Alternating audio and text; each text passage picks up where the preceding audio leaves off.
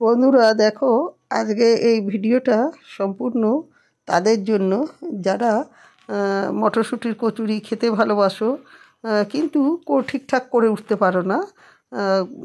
কেননা এর যে পুরটা ভরে বেলতে গিয়ে বাইরে দিয়ে বেরিয়ে যায়, একটা নষ্ট হয়ে যায়, একটা দেখতে বিচ্ছিরি লাগে, কিন্তু অথচ খেতে তো ইচ্ছে করে বলো। কিন্তু আজকে এই ভিডিওটা সেই তাদেরই জন্য, যে কোনো রকম পুর ছাড়াই, পুর না ভরে কি করে এরকম মটরশুঁটির কচুরি বলো, পরোটা বলো, তোমরা করতে পারবে এবং খেতেও পারবে। খেতে কিন্তু একই রকম লাগে, কোনো যে পুর ভরলে একরকম লাগে, আমি যে পদ্ধতিটা তোমাদের দেখাচ্ছি তাতে আলাদা লাগে তা না, একই রকম খেতে লাগে।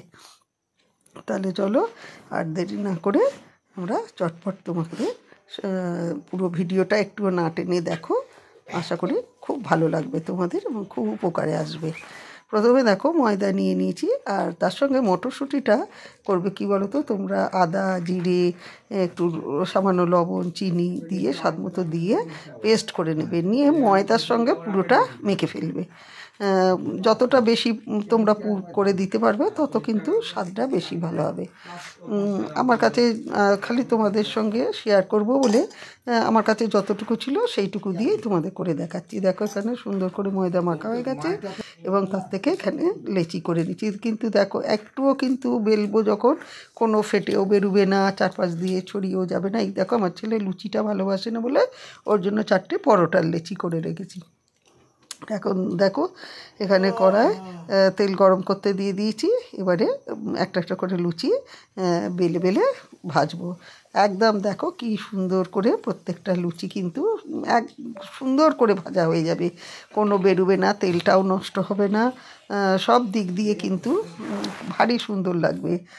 তা তোমাদের যে মটরশুঁটির কচুরি খাওয়াও হবে, আর যারা একদম এটা করতে খুব অসুবিধে হয় বা পারো না, তাদের কিন্তু এইভাবে করে তোমরা বাড়ির লোকেদের খাওয়ালে তারাও কিন্তু খুব খুশি হবে।